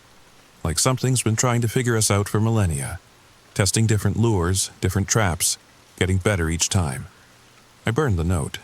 Watched Emma sleep. Normal little girl snores. Normal little girl dreams. Except for the way her fingers twitched. Like she was climbing. Like she was digging. Like she was playing on equipment that existed in places human eyes couldn't see. It's been 3 days now. The playground is gone. Flowers planted. Life moving on. The Millers moved away suddenly. No goodbye, no forwarding address, Tyler never found. The official story is they couldn't handle the memories. The real story. I think they're running. Think they know what I know. What we all know but won't say. They didn't build that playground for our kids. Something else built it. Something that's been underground for a very long time, something that needed a way up, a way out. And what better lure than bright colors and happy sounds? What better bait than a place parents trust? But that's not the worst part. The worst part is what Emma said. Version 12, which means there were 11 before ours. 11 other attempts, 11 other failures. And now they know what went wrong. Know how to build better, know how to dig deeper, know how to sing louder. The splinters are still in my hand. Doctors say they can't find them on x-rays. Say I'm imagining things. But I feel them at night, moving, growing, trying to build something inside me. Sometimes I catch myself humming. Songs I don't know, in languages that don't exist. And my hand moves on its own. Drawing, always drawing. Playground equipment. But wrong. Slides that spiral down forever. Swings that pendulum between dimensions. Monkey bars that spell out equations human minds can't solve. Sometimes Emma asks about the playground. I tell her it was unsafe. Geological instability. She nods, accepts it. But sometimes I catch her drawing.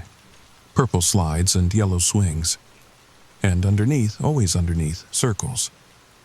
Dark circles that go down and down and down. And in the center of the circles, faces, children's faces, smiling, playing, waiting. They're not sad, she told me once. The kids who went down, they're having fun, more fun than up here. They have toys we can't imagine, games we can't play with human bodies, friends who've been playing for thousands of years. How do you know that, Emma? She touched my bandaged hand, gently, like she was petting something. Because you're growing one, a toy in your hand. Soon it'll be ready. Soon you'll understand. Soon we can all go play. I changed her school the next day, moved us to my sister's house 3 states away. But distance doesn't matter, not to things that live in the deep, not to things that have root systems spanning continents. Because last night Emma showed me something on her tablet. A news article. Harmony Ventures LLC has reorganized. New name. Bright Play Industries. New designs. Revolutionary playground equipment that children will never want to leave. The promotional photos look beautiful. Impossibly beautiful. Colors that shouldn't exist. Shapes that please the eye while wronging the mind. And in every photo, if you look carefully, if you know what to look for, shadows that fall the wrong way, grass that grows in spirals, birds that won't land. They're building again, 100 locations this time, maybe more, shopping malls, schools, daycare centers. Anywhere children gather, anywhere parents trust. Version 13. The splinters in my hand pulse when I think about it. They know, they remember, they want to go home. But here's the thing about splinters. Here's what the doctors don't understand. Here's what the men in suits were really afraid of. They're not an infection. They're an inoculation. Every night the dreams get clearer. I see what's really down there. The vast networks, the ancient halls, the things that built the first playgrounds when humans were still learning to walk upright. And I understand now. Understand what Tom understood in that terrible moment when they showed him the truth. We were never the customers. We were the product. Every playground they build is a harvest. Every child who goes down is a seed. And the ones who come back were changed. Carriers, spreading something, preparing something. Emma knows. All the children know, even if they can't articulate it. That's why they stopped playing at our playground. Not fear, recognition, like antibodies recognizing a virus. But some children don't have that defense. Some children hear the singing and want to join the choir. Tyler Miller was one. There have been hundreds of others, thousands maybe. Throughout history, the missing children. The ones who vanish in plain sight. The ones whose parents swear they were just there a second ago. They're not dead, that's the horrible truth. They're not dead, they're playing. Forever. In places where the rules are different.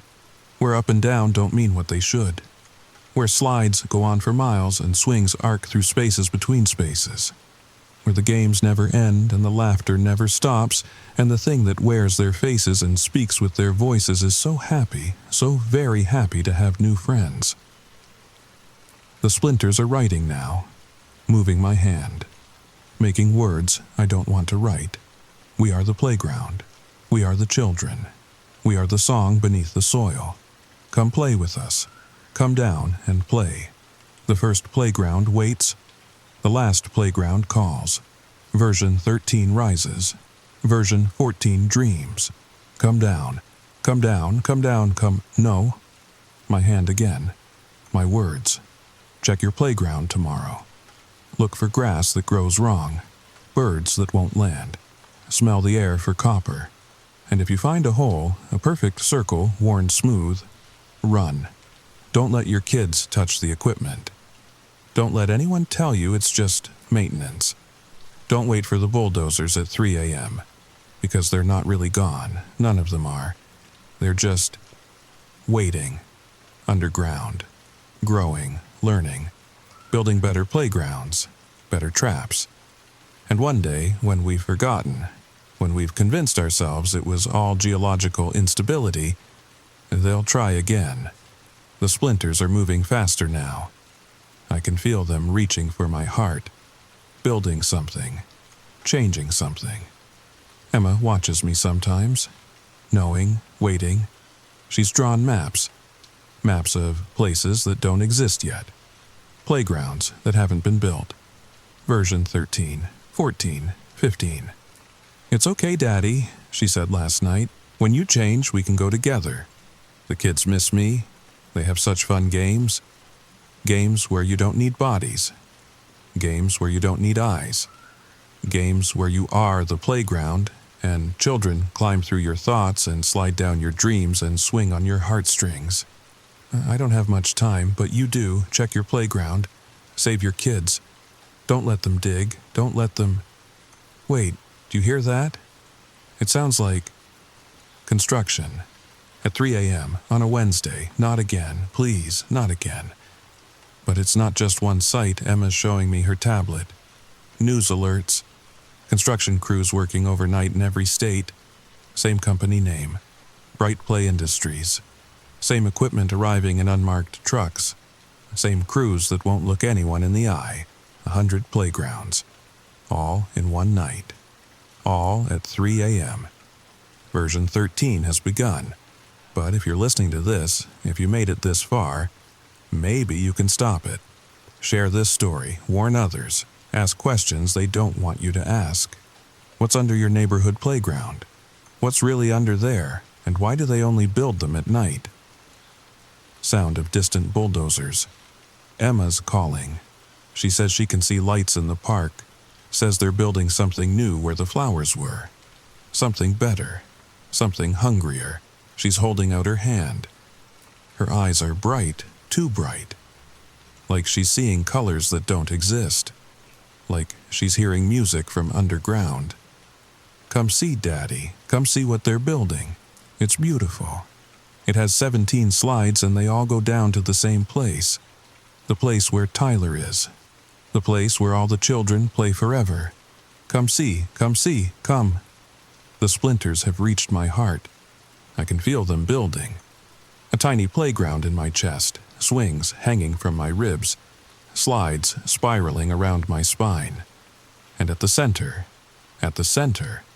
something laughing with the voice of every missing child. Check your windows, check them now, because in 100 neighborhoods tonight, they're building. And tomorrow, 100 more children will play. We'll climb.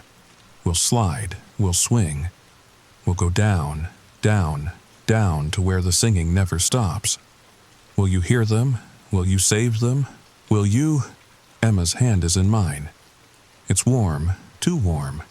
Like she's been playing in summer sun that doesn't exist. Time to go, Daddy. Time to play. The splinters say yes. My heart says yes. But I'm still fighting, still warning. Still, listen. If you have children, if you love them, if you want them to grow up and have children of their own, Watch for the signs. Grass that grows in spirals. Birds that won't land. The smell of copper and overripe fruit, children talking to no one. Dreams about underground playmates, splinters that won't come out, construction at 3 a.m., companies with no history, holes that go down forever, singing from below. And remember, they're not building playgrounds. They're building digestive systems, and we're the food. Emma? Emma, no. It's okay, Daddy. The nice kids explained everything. We don't disappear. We become part of it, part of the playground, forever and ever. Every child who goes down adds a new piece, a new game, a new color. That's why each version is better. It's made of us. And soon, it'll be made of you too. She's right. I can feel it now. The truth. The terrible, beautiful truth. We were wrong about everything. The playground isn't bait. It's not a trap. It's not even a predator. It's a chrysalis. And we're the caterpillars. What emerges. What's been emerging for thousands of years, one child at a time, one playground at a time. I can see it now. In the splinters. In the pulse of my transformed blood. The final shape. The ultimate version. When enough children have gone down. When enough playgrounds have been built.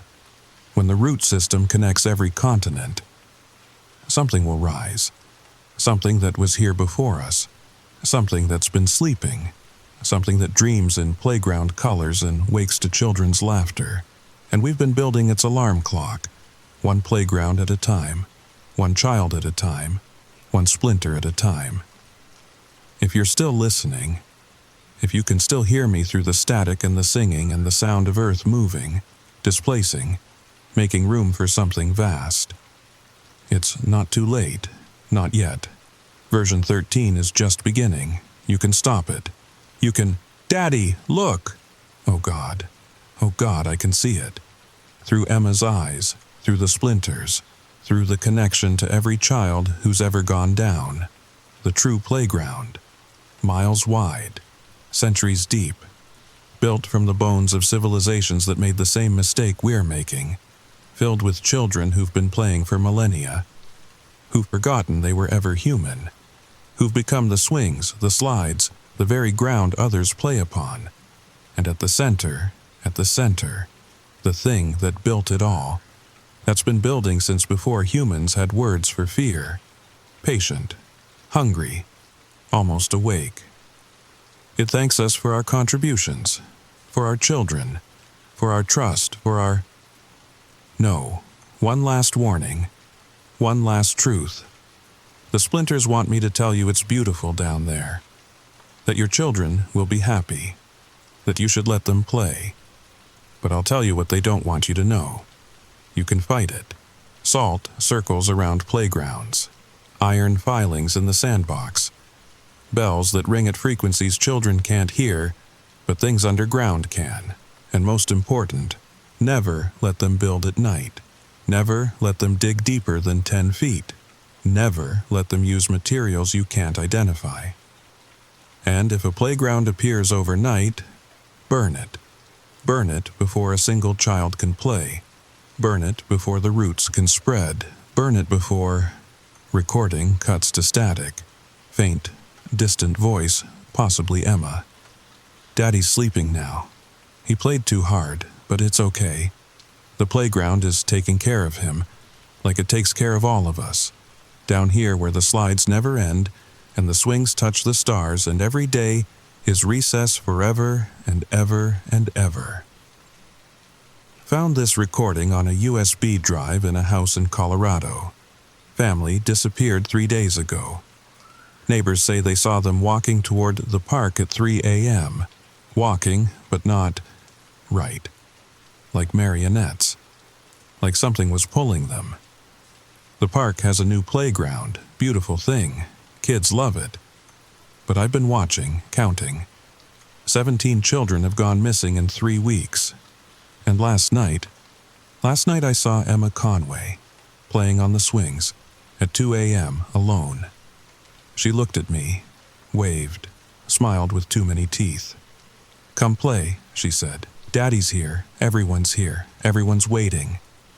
I ran, but I can't stop thinking about it, about going back, about how happy she looked, about how the playground glows so softly in the moonlight, about how the slides whisper promises and the swings sing lullabies and the ground underneath pulses like a heart.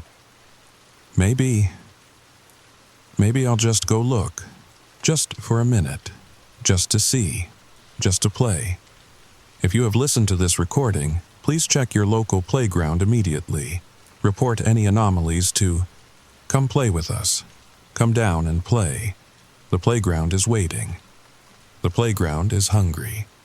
The playground is beautiful." Story number 3. If you hear piano music, get out. Those were the last words the old caretaker said to me before he left me alone in Blackwood Manor. I laughed it off. I wish I hadn't. Hey everyone, welcome back to my channel. Before I get into today's story, remember to hit that subscribe button and notification bell. What I'm about to share with you, well, I've never told anyone the full story until now. 5 years ago, I was a struggling real estate agent with crushing student debt and big dreams. When my boss handed me the file for Blackwood Manor, I thought it was my lucky break. "No one else wants to touch it," she told me. 3 different agents quit rather than continue showing it. The last one, Derek, was my top performer for 5 years. He handed back the keys and said he'd rather lose his license than set foot in that house again. Comment below if you'd keep working a job that terrified you, or if you'd quit on the spot. I dismissed it as small-town superstition. Growing up in Chicago, I had no patience for ghost stories. Blackwood Manor wasn't haunted. It was just my ticket to financial freedom. That was before I met Arthur Blackwood.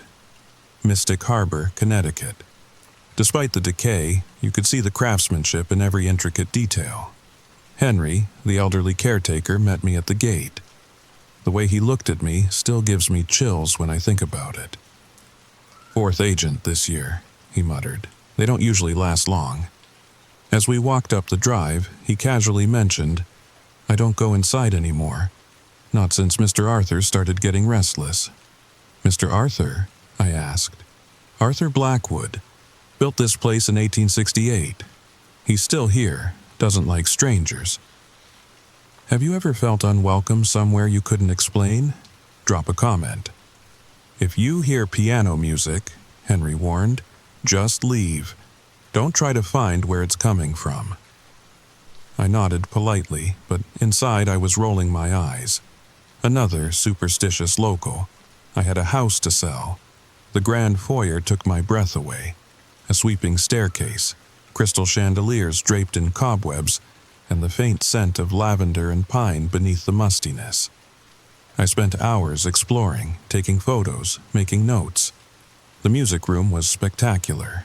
A Steinway grand piano dominated the space, its black lacquer dulled with dust, but otherwise pristine. I couldn't resist. I lifted the fallboard and pressed a key. The note rang out, surprisingly in tune, and seemed to linger in the air longer than it should have. By sunset, I was on the main staircase heading for the exit when I heard it. A single piano note, clear and perfect in the silence. I froze. Another note sounded, then another. A melody began to form, something classical, possibly Chopin. "Hello?" I called out, my voice embarrassingly shaky. The music stopped abruptly. I ran. The next day, I brought my friend Mia, a building inspector, for backup. We discovered Arthur Blackwood's journal in the tower study. One entry caught my attention. "I have decided that I will never leave this place. Even after death, I will remain. The music must continue. Would you read a ghost's diary? Let me know in the comments." Suddenly, the lights went out. Complete darkness swallowed us. Then, a single piano note sounded. Then another. A slow, mournful melody filled the air. "Mia," I whispered, "tell me you're doing that." "I'm right next to you," she whispered back. "I'm not touching the piano." When I turned on my phone's flashlight, what I saw still haunts my nightmares. The piano keys were moving up and down as if pressed by invisible fingers. What happened next defies explanation. I'll show you the actual footage I captured later in this video. Make sure to watch until the end. What the camera recorded at 3:14 a.m. will leave you speechless. We fled the house, but I accidentally took Arthur's journal with me. We had to return it. When we did, words appeared on a blank page before our eyes. You took what is mine. Now, I will take what is yours. We tried to escape, but somehow ended up in the music room, and we weren't alone. A man sat at the piano, his back to us. Victorian clothing, neatly combed hair. "Mr. Blackwood," I said, barely able to speak. He turned, his eyes the same penetrating ones from the portrait upstairs. "You know my name," he said, his voice unexpectedly warm, "but I don't know yours."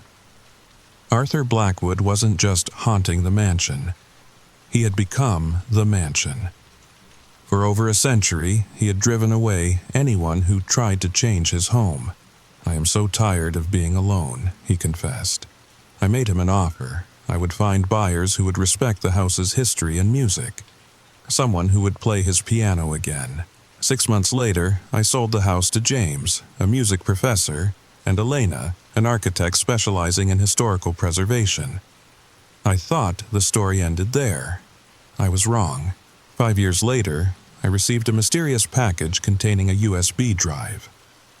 On it was a video of James playing the piano, while another set of hands, transparent and glowing, played alongside him. But that wasn't the most disturbing part. The final pages of Arthur's journal that I had overlooked revealed something chilling. Music that could open doorways between worlds. Doorways that, once opened, could never truly be closed again. I've shared only a fraction of what I discovered. If you want to see the actual footage and hear the rest of this terrifying story, make sure to hit that subscribe button and notification bell. Next week, I'll reveal what was on those final pages of Arthur's journal, the pages that disappeared the night after I read them. And if you're ever driving along the Connecticut coastline and come across a grand old Victorian mansion with music flowing from its windows, think carefully before you stop. Because not all ghosts want to frighten you away. Some just want you to stay forever. Now, sleep. Or at least try to. It's quiet now, too quiet, but not empty. That feeling crawling up your spine, that weight pressing on your chest, that's not your imagination. You're not alone. There's something behind the curtain. You haven't looked, not because you forgot, but because you're afraid to know. You heard the whisper, software wet, wrong. Like breath dragged across broken glass. But you told yourself it was the wind, didn't you? That lie made you feel safe. Temporarily. Let me ask you, does the wind whisper your name? Does the wind tap lightly, again and again, from the same spot, behind the curtain, every night? Does the wind leave scratches on your window that weren't there this morning? Thin, sharp, like claws, like warnings. You don't remember opening the window. You never open the window. But it's unlocked now. You could check, you could stand up, you could walk over and pull the curtain back. But you won't, because you know. You know what's waiting, not because you've seen it, but because you felt it. In the quiet, in the dark. Every time you close your eyes, every time you wake up and your blanket is just slightly moved. Your door slightly cracked. You try to explain it. Your mind wants to explain it. But that whisper, that sound that only comes when you're alone, when everything is still, when the night is at its deepest, that's not a dream, that's a presence. It doesn't want your fear, it wants your attention. It feeds on the moment you doubt yourself. The second you wonder if you heard something, the instant your heart rate rises. That's when it leans closer. It's been patient, watching, learning you like prey. You ever notice it never shows up when the lights are on, when someone's in the room?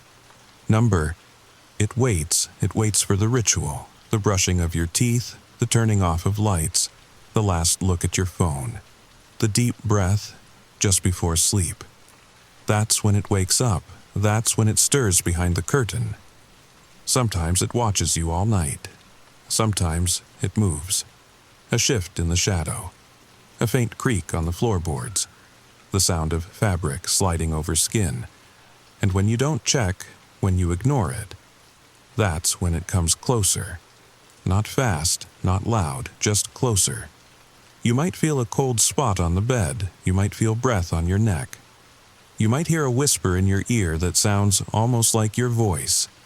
It copies, it mimics, it blends, not to confuse you, to prepare you, because soon it won't need the curtain, it won't need shadows, it will sit beside you, stand behind you, speak through you. You won't even know when it happens. You'll wake up, look in the mirror, and something will be off. Your eyes won't blink quite right, your smile will linger too long.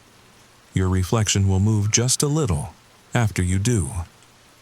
And the people around you? They'll say you seem different. Not worse, just not you. But tonight you're still you. Still in control, for now. You could still check. You could still confront it. Pull the curtain back, face it, but deep down, you've already made your choice. You won't.